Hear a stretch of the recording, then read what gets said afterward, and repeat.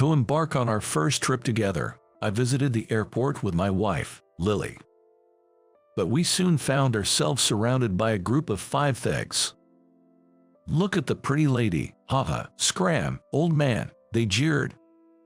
The men, with their arms crossed and fists showing, tried to separate me from Lily. But then, out of the blue, Lily burst into laughter. "Do you really think you can mess with this guy? You're way out of your league. Can you call your boss?" "Huh?"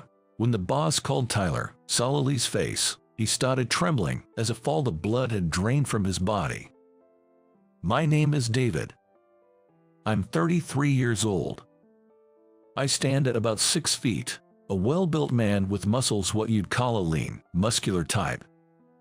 The reason my body is so well trained is probably because I used to work as a bodyguard. It seems I was involved in protecting politicians and famous people both domestically and internationally. However, during a trip to a remote area with a client, I sustained a severe injury while protecting them. The reason what all my age and background details seem speculative is that I lost my memory and my right hand in that incident. My oldest memory is of looking up from my hospital bed. The white ceiling and the white bandage wrapped around me. With nothing else to rely on, Lily, my girlfriend at the time, was my only salvation. She forgave me, even though I couldn't remember her face, despite our engagement. During my hospital stay, her constant presence from morning till night, her brightness and sincerity, saved me in so many ways. "You being alive is enough for me. Let's make lots of memories together," she said. As soon as I was discharged, Lily and I got married. I quit my bodyguard job and received a severance package and insurance payout, and with Lily's income as a nurse, we had enough to live on. However, not being one to laze around, I started looking for work. Finding a job that would hire someone like me, with a missing hand and lost memories, was tough, but eventually, I landed an office job at a delivery company. My daily pleasure at work is visiting various eateries near my workplace for lunch. That day, I was eating at a Chinese restaurant I'd recently taken a liking to, sitting at the counter. "Is this seat taken?" asked a man. Probably about 10 years younger than me. A man with a soft smile pointed to the seat next to mine. I noticed that the restaurant was crowded at lunchtime, and sharing a seat was unavoidable. "Sure, go ahead," I replied. The man quickly ordered his meal and started chatting with me. "This is a great place, isn't it? You come here often, right?" "I do too," he said. "Yes," I give a vague reply, and the man gives a soft smile. "Sorry for the sudden chat. I'm Steve. I just noticed you looked a bit tired," he explained. "Tired? Yes. You seem really worn out. Why don't you come to my massage clinic?" Is this man a massage therapist? Maybe he thought he could sell his business to me, a laborer who happened to see me. When I didn't immediately respond, Steve forcefully placed his business card in my left hand. I tried to pull away, but he was surprisingly strong for a massage therapist. "The address and map are on the back. Please feel free to drop by. It'll relax both your body and mind." I figured there was no harm in taking the card. I could always throw it away. Steve seemed to read my mind and smiled.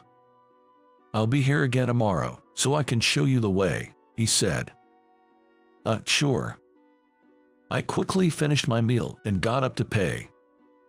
"See you again, David," he said. I nodded and left the restaurant. But on my way back to the office, something struck me. Did I tell that guy my name? That night, when I got home and told Lily about Steve, she advised me to throw away his business card. "He sounds like a weirdo. It's better not to get involved. Maybe you should eat lunch somewhere else too." Indeed, Lily was right. Being led to an unknown place by a stranger must have made me look quite naive. But it'll be awkward the next time I see him. I'm not good at lying. It's hard to say I don't drink. Just don't meet him. He doesn't know where we live, After all. Lily's words made me pause. Now that I think about it, he did seem to know my name. What? That's creepy. Could he be your stalker? No one stalks a guy in his 30s. I laughed it off, but Lily was serious in trying to convince me. I have a bad feeling about this. It's weird that he knows you go to that restaurant every day. If you see him again, call the police right away. Lily often has sharp intuition, and her hunches are usually right. Following her advice, the next day I went in the opposite direction to try out new places. I realized for the first time that I enjoy exploring unfamiliar spots, the excitement of entering a new restaurant. While waiting at the pedestrian crossing on my way back to work, thinking about exploring more new places, it happened. Whoa! Suddenly, someone pushed me from behind, and I stumbled into the road. I managed to scramble back onto the sidewalk, narrowly missed by a large truck. I sat there even after the light turned green. My chest makes a loud thumping noise and my legs won't stop shaking. It seems that someone is trying to kill me. Though it sounded ridiculous, the suspicion quickly turned into certainty. After that, I had several close calls, someone body slamming me on a train platform, nearly being pushed down the stairs.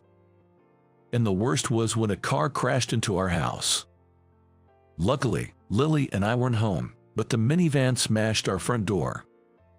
It was a stolen vehicle, and the driver was never found.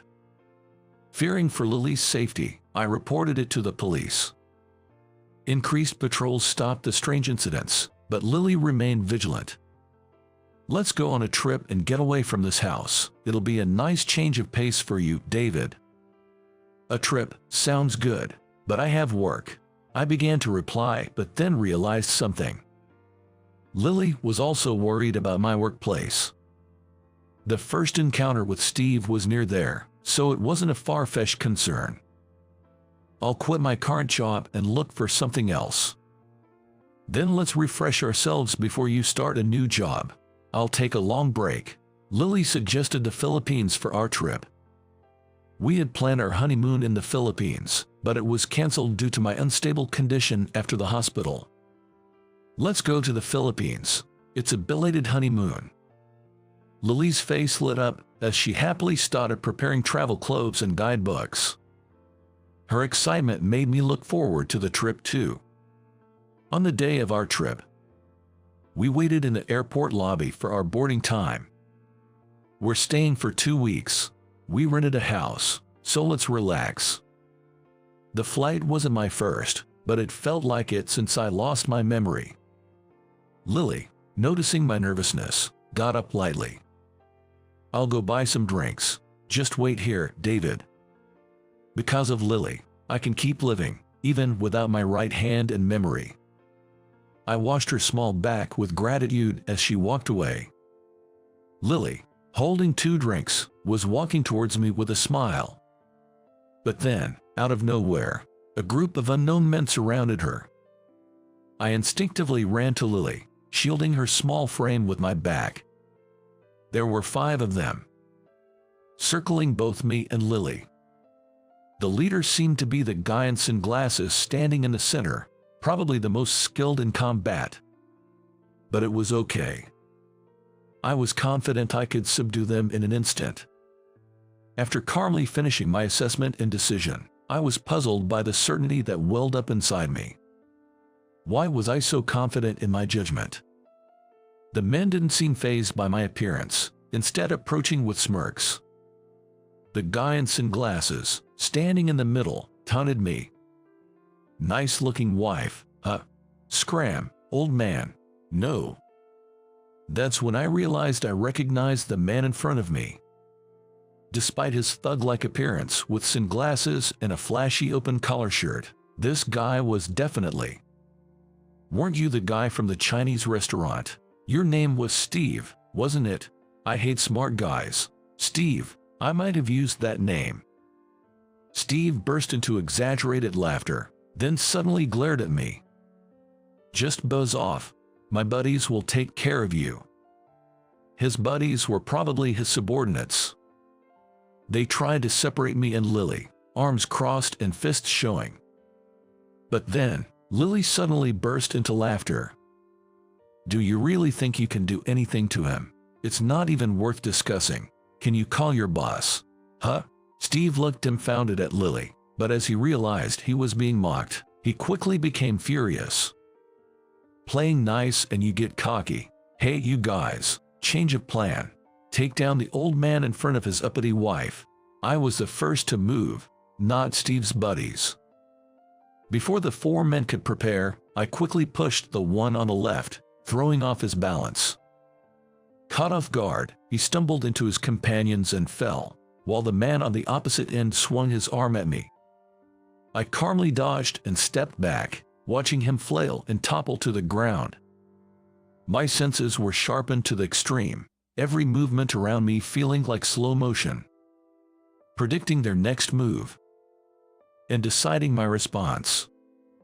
It was like a scene from a movie, as I subdued the four men without even laying a hand on them. "You're the only one left. This plan was your own doing, wasn't it?" "No way. You're supposed to have lost your memory." Steve looked around helplessly at his fallen comrades, completely useless. Lily sighed deeply at the pitiful sight of Steve. "A small fry like you isn't even worth discussing. Can you hurry up and call Tyler?" "But call him." Intimidated by Lily's commanding voice, Steve jumped to call on his phone. Soon, a large man appeared, probably around our parents' age, with an air of dignity and calm. "So, you've become bold enough to summon me, huh? It's an emergency, Tyler. It's about Lily." "Lily? Why did they know Lily's name?" I was puzzled, but then Tyler's expression caught me off guard, and my small doubt was blown away.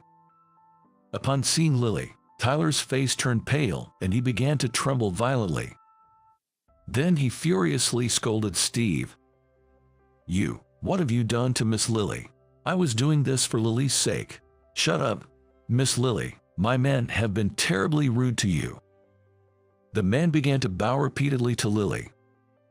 "The quality has really dropped, hasn't it? To think such a man is your subordinate." I have no words to return.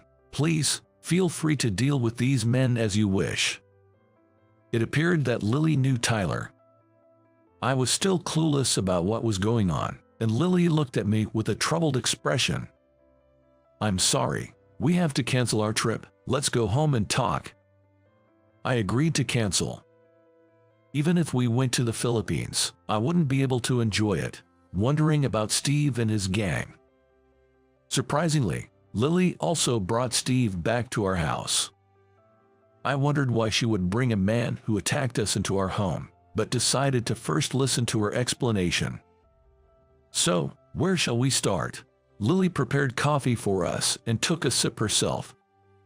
"Why did my body move on its own? And why did you, who gave me the massage clinic's card, send thugs to attack us? Explain it to me in a way I can understand." Steve seemed to have made up his mind on our way here. Returning to his gentle but assertive demeanor, he shrugged his shoulders. "Let's start with your story, David. You were my superior officer." "Superior officer? Was it during the time I worked as a bodyguard?" As I questioned, Steve looked at me with pity. "Did Lily tell you that you used to be a bodyguard?" "Yes, but first, you were not a bodyguard. You and I were both in the same Special Forces unit. You were a very strict and serious officer." I was baffled by this unexpected revelation. Wait, does that mean Lily lied to me? Lily didn't deny my question. So, what Steve was saying must be true. Our unit undertook some very special missions. We infiltrated countries we don't have had diplomatic relations with, participated in suppressing civil wars, tasks that would never make it to the news here, and our last order was to guard a VIP visiting a certain country. Steve, back to his casual tone, smirked at Lily and said, "So, the bodyguard story wasn't entirely false," and gulped down lukewarm coffee. "As it turned out, we got involved in a mess there, but thanks to your efforts, the situation was successfully contained." Thanks, I guess. Steve smirked, clearly not intending to praise me. Then his next words hit me like a shockwave. You single-handedly wiped out the guerrillas surrounding our building, protecting the VIP at the same time. That's not a human feat, even for a superior officer of mine. Everyone there, women, child soldiers, all 108 of them, you took them all down. 108. I couldn't hide my dismay at the excessively high number of casualties. Hearing this unexpected past, I looked at Lily. But she just kept her head down, showing no sign of denying Steve's words. But even you weren't unscathed. When we found you, it was a terrible sight. Your right wrist was gone, and you had multiple bruises and injuries all over, barely breathing. Honestly, everyone thought you were done for, that you wouldn't make it, except for Lily here. What? I stared at Lily in surprise. The suspicion that she was somehow involved in my past was evident on my face. Amused by my shock, Steve continued with a grin. The VIP you protected was Lily's father. He naively trusted the enemy's words and walked right into a dangerous negotiation. In other words, because of Lily's father, you lost your right hand and your memory. That's the past Steve described was completely unfamiliar to me. I just silently stared at the end of my right wrist. But Lily's father unfortunately met with a mishap on his way back home. There were rumors that it was your fault for not providing proper security. However, Lily wouldn't hear of it. She was determined to save you. Lily saved me. I was then brought back to the country under heavy security. But having seen the dark underbelly of various nations as part of the special forces, it wasn't easy to just return to civilian life. Perhaps it was lucky that you lost your memory. Instead of letting you live as a civilian, Lily was assigned to be your guardian. No, Lily was my fiancée. Fiancée. Steve burst into laughter as if he had heard a funny joke. Who told you that? Lily, right. She wouldn't tell the truth to someone she's deceiving. The woman you were told was your fiancée was actually watching over you. Is that so? I desperately wanted to see Lily's face, so I looked at her. But Lily just kept looking down, not moving an inch as if enduring something. But it's too much that you, who followed orders, received such treatment. How much was your severance pay as a so-called bodyguard? You should have received a substantial compensation. Instead, you're stuck doing some lousy part-time job. It's a betrayal to our Special Forces unit. Steve, perhaps excited, slammed his hand on the table. The finished coffee cups rattled softly. That's why I came back for you, to help you regain your memory. I wanted my respected superior officer, a real tough guy, to come back. You must want to regain your past memories too. What about the commotion at the airport? Why did you target me? Steve suddenly softened his approach, giving me a flattering smile. My apologies for earlier. Lily seemed unwilling to let go of her toy, you. So I tried to force you and Lily apart. My memory. Should I try to regain my memory? Sensing my hesitation, Steve deepened his smile. Come on, regain your memory and rejoin the unit with me. Oh, that's different from the facts I know. Lily interjected with an indifferent face. You just wanted to cover up your own failure, didn't you? What? No way, that's impossible. Steve denied, shaking his head, but his demeanor was clearly off. Ignoring the flustered Steve, Lily turned to me with a warm smile. Most of what Steve said is true, but there's one big difference. It turns out, the whole thing started because Steve sold our information to the enemy. When I discovered this scene, Steve desperately made excuses. He claimed he was spying on the other side by pretending to sell information to them. Steve, as proof of his loyalty, arranged a negotiation with the guerrillas, taking the VIP and me to meet the guerrilla leader. However, in reality, Steve had turned informant for the enemy and left me and Lily's father alone in the midst of the enemy. Left behind, I single-handedly faced 108 people and was later found, having lost my right hand and memory. After finishing her story, Lily finally turned her gaze back to Steve.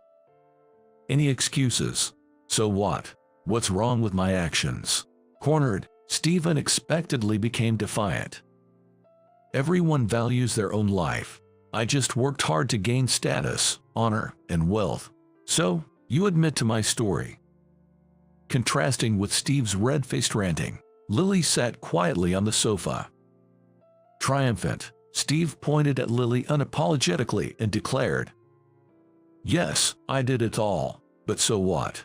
A superior officer who lost his memory, and a woman completely charmed by such a man. No one will believe the fanciful tales of people like you. Maybe you're right." Finally admitting your powerlessness, he boasted proudly. That's when Steve twisted his head in confusion and rummaged through his jacket pocket. He pulled out phone, buzzing with an incoming message. A message from the boss. What? Why am I the target of punishment? Thank you for explaining everything yourself.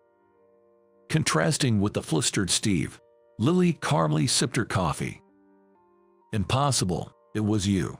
If it was such a good plan, I thought I should share it with the boss too. You were on the phone. Steve, with eyes wide open, shouted, and Lily smiled sweetly, showing her cell phone.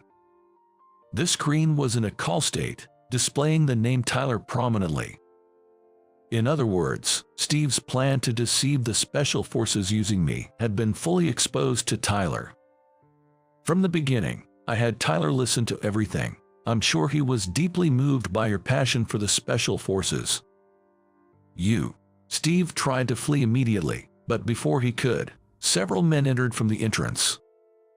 Their imposing stature moved silently, their abilities far surpassing the thugs I had seen at the airport. Recognizing Tyler's face among the men who appeared last, Steve slumped in resignation. Prepare your excuses. I'll deny everything. Yes. Defeated, Steve was escorted away by the men flanking him on either side. Once they were out of sight, Lily let out a deep sigh of relief. Finally, it's over. Then, with a serenity unlike before, Lily began to explain what happened next. Steve should have been dealt with for his betrayal, but he immediately fled. I was injured and unable to speak, and the only other witness, Lily's father, died of weakness before he could reveal Steve's betrayal. But Lily, having heard her father's last words, volunteered to be my guardian in order to pursue Steve.